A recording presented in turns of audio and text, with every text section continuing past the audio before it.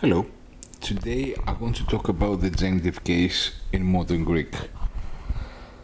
The reason I want to do this is because it's quite difficult to find information covering the whole range of the use of the genitive in a kind of understandable way, not too long, and with some easy examples.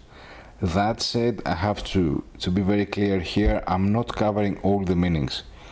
Actually, the classification of the different meanings the genitive has and different uses it has, it's a matter of debate. Different books and different grammars have different ways of doing that. And my feeling is, from the learner's point of view, it's not super important. Getting into this stuff, very deep into this stuff, would be a kind of, let's say, sterile grammar understanding of the language. I will focus on what I think is the most interesting part, starting with the more obvious cases and moving to some more kind of challenging ones. So the first and most well known by far, I suppose, because it's the use of the same use of the genitive that you have in other languages like German or Russian, would be possession. So you're basically answering the question, whose is this? Or you can think of it as the S, the apostrophe S, or of in English. John's house, or the friend of Peter, this kind of thing. So an example here, just to give a simple example, το σπίτι του Γιάννη. Obviously the genitive here would be του Γιάννη, and we can give another example in the feminine, but I don't want to stay too long. This is very basic examples. This is a more kind of advanced recording. It would be like, η φίλη της Μαρίας μένει στην Πάτρα. Της Μαρίας being the genitive. Now, a very closely related case would be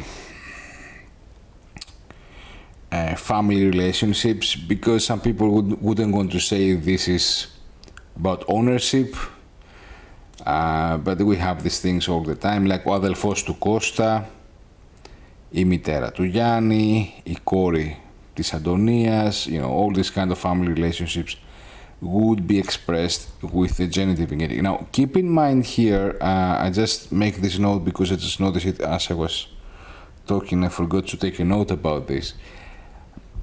All feminine surnames in Greek are in the genitive singular. So, Papadopoulos would be the masculine, Papadopoulou would be the feminine. Okay, so the feminine surname would be basically the genitive of the masculine. Kostopoulos, Kostopoulou. Antipas, Antipa.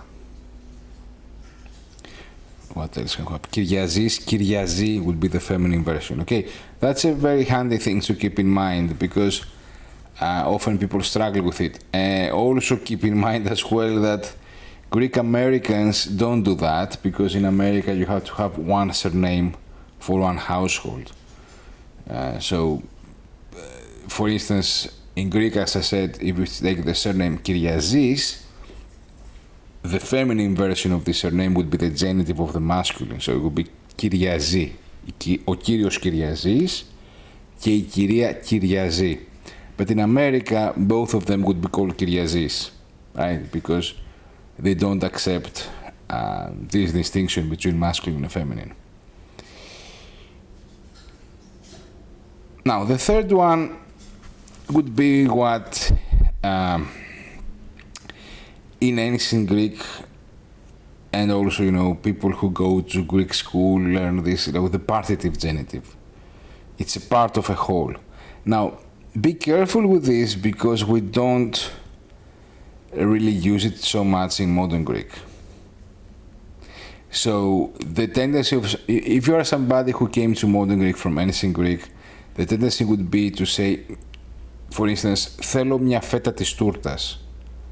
But in modern Greek, we don't really use the genitive in this situation. We would say rather something like, θέλω μια φέτα από τη τούρτα if you're talking about a specific cake, or θέλω μια φέτα τούρτα, I want a slice of a cake, if you're talking about a cake in general. There is another interesting, so we use, just to close this topic, we use the accusative. Similarly, we would say θέλω 10 φέτες σαλάμι, not σαλαμιού, but σαλάμι, accusative. Θέλω 1 λίτρο μπύρα, not μπύρας, but μπύρα. Notice this difference I'm going to mention now. It's quite fun, I think, as far as grammar can be fun. So, there is a difference between ποτήρι μπύρα, ένα ποτήρι μπύρα, και ένα ποτήρι μπύρας. Ποτήρι μπύρας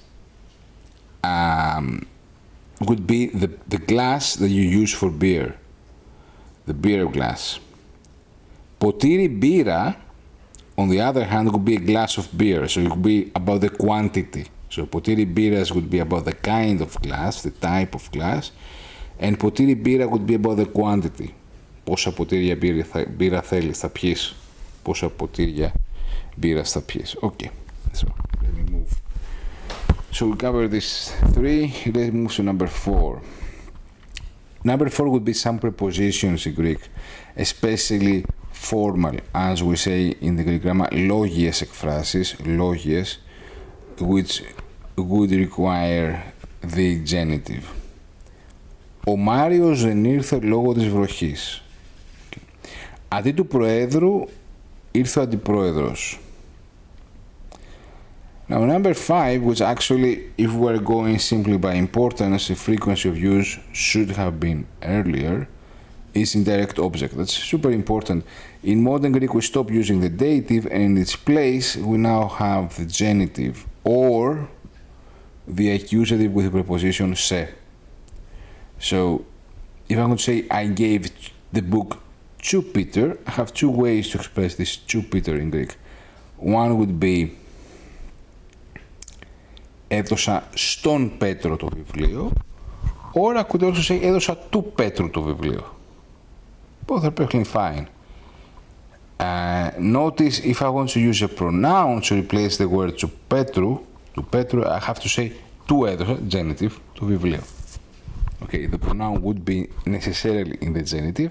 If you use the proper name, you can choose between του Πέτρου and στον Πέτρου. Now let's have a feminine example.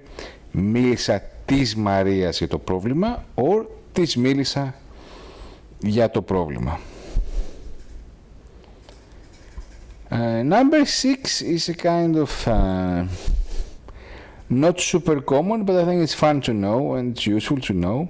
If I want to talk about the price, if I want to say a book, a 5 euro book, or a book that costs 5 euros, ένα βιβλίο των 5 ευρώ. So for instance, I can go to a bookshop and say, you know,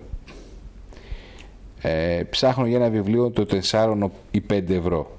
So I'm looking for something cheap. Μια κουβέρτα των 10 ευρώ. Now, number 7 is sort of, we're entering even more fun territory, but it's very, very common in speech. Keep this in mind. Also in literature, you will encounter this a lot. Is the genitive that shows who is affected by an action. For instance, του κόψανε το χέρι, they cut off his hand. In English, you would say his hand, but in Greek, we wouldn't really say κόψανε το χέρι του, we would say rather του κόψανε το χέρι. Μου κλέψανε το αυτοκίνητο. Now, literally, this could translate to something like they stole the car from me, but you know, that's how we say it in Greek. You could say κλέψανε το αυτοκίνητό μου, that's perfectly fine, by the way. But μου κλέψανε το αυτοκίνητο is also, it's actually probably the most natural way to say it, and it's perfectly good spoken Greek. Τι μου κάνεις? So that's a funny one, and again, it's something that you wouldn't really know, you wouldn't really encounter in other languages. You have to spend some time in Greece, listen to people use it, and to come across it. You can say τι κάνεις, how are you? But τι μου κάνεις shows a bit more affection, a bit more interest in the feelings of the other person. Now, literally, it translates to something, what are you doing to me? But this is not the meaning here, right? The meaning is just, how are you? Now, number 8, the next one, is pretty straightforward. It would be the street names. Basically, all street names in Greek are in the genitive. Οδός Μαυρομιχάλη, οδός Μαυροκορδάτου, οδός Καραμανλή, Λεωφόρος Παπανδρέου, οδός Βενιζέλου, all these are genitives. Straightforward, but useful to keep in mind. And finally, in number 9, we have the genitive of quality. These are borrowed from other languages. The French, probably in Greece in the 19th century, the biggest influence was not the English language, it was actually the French, in terms of as a model for the written language. So, for instance, things like chocolata polytelias. What kind of chocolate? What quality of chocolate? Polytelias. Deluxe would be the French expression. Άνθρωποι αυτού του είδους. Such people, people of such kind. Αεροπλάνο άλλου τύπου. An airplane of a different kind. So these are the examples, the cases, the use of the genitive I want to discuss today. It covers most, but not everything. There are many more colloquial expressions. There are also some verbs that require the genitive, like στερούμε ελευθερίας, etc.